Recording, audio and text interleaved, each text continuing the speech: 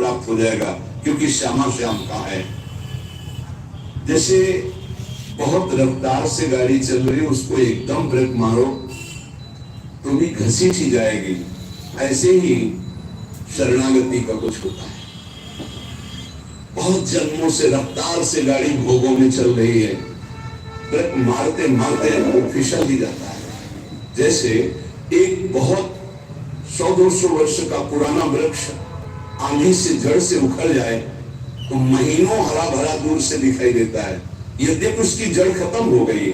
ऐसे शरणागत श्यामा श्याम का हुआ, यद्यपि संसार बंधन खत्म हो चुका है, पर काफी दिन तक आपको दिखाई दे सकता है कि संसारी है।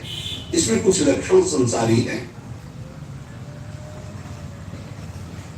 तो तुम्हारा सर्वस्व अपहरण करने वाला हो तो आगे तो कितनी बड़ी बात है, बहुत बड़ी बातें लिख रहे हैं महापुरुष है। नित्यम परवधु प्रशक्तम विशेषा महाबहुला हिंसक मपि दुराचारम लोभाद्युन बहत मपि भ्रात तरुणम।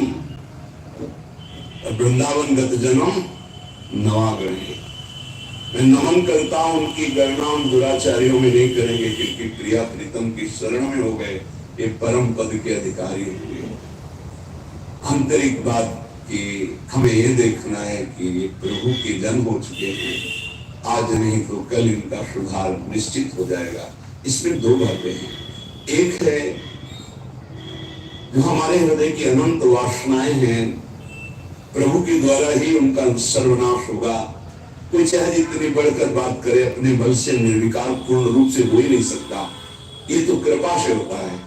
अब कृपा हो गई, कहां भोगों में फंसा जीव संसार का, प्रभु की शरण में आया, फिर प्रभु की शरण में आकर के उस शरणागति को नहीं जान पा रहा है, लेकिन उसकी वासनाएं वैसे ही प्रबल है।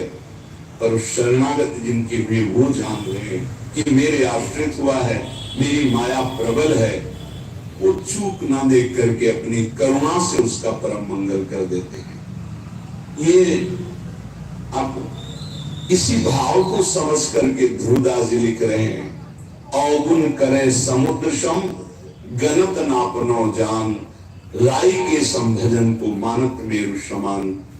इसका मतलब ये नहीं कि कोई स्वतंत्र रूप से ऐसे वासनाओं में नहीं, वो हरि का जन है, वो जलाकर राख कर देंगे हृदय को। उसको त्राहिमाम बोलना पड़ेगा और सही मार्ग में चलना पड़ेगा, पक्का। ये हृदय की बात कहते हैं। हमारा हृदय या आपका हृदय सब मायाकृत है। अगर माया से मुक्त हो रहा है तो केवल उनकी कृपा से हो रहा है, लेकिन किसी की कोई बस नहीं। शिव विरंचिका मोहि को है बपुरान, अस जिय जान भजी मायापति भगवान। अगर उपासक बहुत पापाचरण किए हैं, अब उपासना में रत है, तो कुछ उसकी ऐसी बातें होती है जिनको सुधार होना होता है, क्योंकि सिद्ध पुरुष नहीं है। हमें चाहिए कि अगर हमें दोष दर्शन होता है तो हम नमन करते हैं, भगवान जिन्होंने आपको शरण में लिया वही आपको शुद्ध करेंगे, जो हमें शुद्ध कर रहे हैं वही आपको शुद्ध करेंगे। हम भगवान से प्रार्थना करें कि जो साधक में दोष है उसको ऊपर कृपा करके उठावे, कि दोष उसे छू ना पावे, और हम पर कृपा करे कि हम दोष दर्शन न कर पावे और हम नाम जप करें।